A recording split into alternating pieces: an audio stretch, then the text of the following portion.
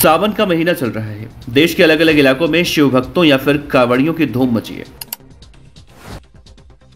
इसी सावन के पवित्र महीने में शिव भक्त कांवड़िये भगवान भोलेनाथ को जल चढ़ाने के लिए सैकड़ों किलोमीटर पैदल चलकर जल लाते हैं। इसी क्रम में उत्तर प्रदेश के गौतम बुद्ध नगर जिले के नोएडा शहर में भी कांवड़ियों की धूम देखने को मिली।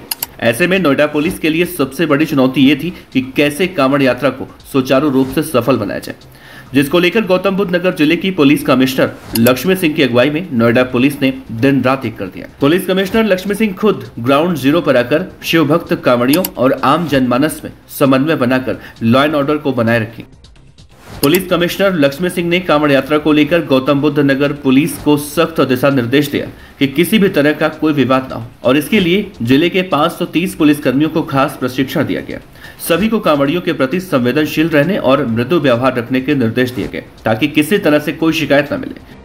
पुलिसकर्मी भी कांवड़ियों को भोले कहकर संबोधित करते रहे और उनका उत्साह बढ़ाने के लिए बोल बम जय भोले जैसी बातें बोलते दिखाई दिए। वैसे तो नोएडा में अब काफी शांति है, इसका पूरा श्रेय नोएडा की पुलिस कमिश्नर लक्ष्मी सिंह को जाता है। पुलिस कमिश्नर लक्ष्मी सिंह की अगुवाई में नोएडा पुलिस ने कई महत्वपूर्ण कार्य अब तक कर डाले हैं। वैसे अगर हम नोएडा जैसे आधुनिक हब और जन समुदाय की बात करें तो यहाँ पर कानून व्यवस्था को बनाए रखना पुलिस के लिए किसी बड़ी चुनौती से कम नहीं होती। पुलिस कमिश्नर लक्ष्मी सिंह की अगुवाई में नोएडा प्रशासनिक मामलों में अब काफी ज्यादा बदल चुका है।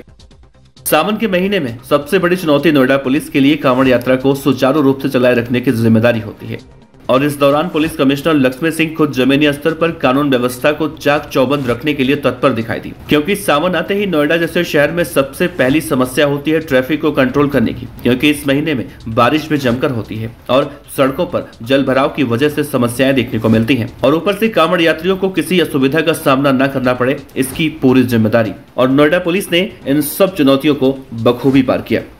नोएडा पुलिस की सफलता के पीछे सबसे बड़ी वजह है कि नोएडा पुलिस कमिश्नर लक्ष्मी सिंह ने कांवड़ यात्रा शुरू होने से पहले ही इसके लिए पूरी तरह से तैयारी कर ली थी और इसको लेकर कई नियम भी बना दिए थे, जैसे कि कांवड़ यात्रा के बीच ट्रैफिक को सुचारू रूप से कैसे चलाया जाए, उसके लिए सबसे पहले एडवाइजरी जारी करना, कांवड़ियों के लिए जगह जगह टेंट लगवाकर उनके हर सुख सुविधा का पूरा ख्याल रखना, भीड़ भाड़ वाले जगहों पर ट्रैफिक व्यवस्था को सुचारू रूप से चलने और कांवड़ियों को बिना किसी बाधा के अलग से जगह देना।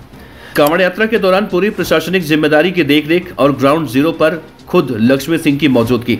नोएडा और ग्रेटर नोएडा के सभी थानों को 7 दिन 24 घंटे अलर्ट मोड पर रखना, सोशल मीडिया पर भी कड़ी निगरानी रखने के आदेश देना और कांवड़ यात्रा की सीसीटीवी से मॉनिटरिंग करना और पूरे नोएडा को 13 जोन में बांटना।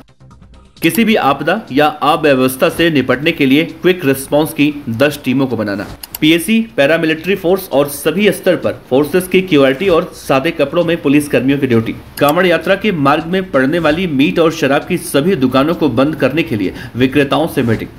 कांवड़ मार्ग पर हर 4 किलोमीटर पर नोएडा पुलिस ने डायल 112 के भोले को तैनात किया। 334 किलोमीटर कांवड़ मार्ग में बनाए गए थे डायल 112 के 76 पॉइंट।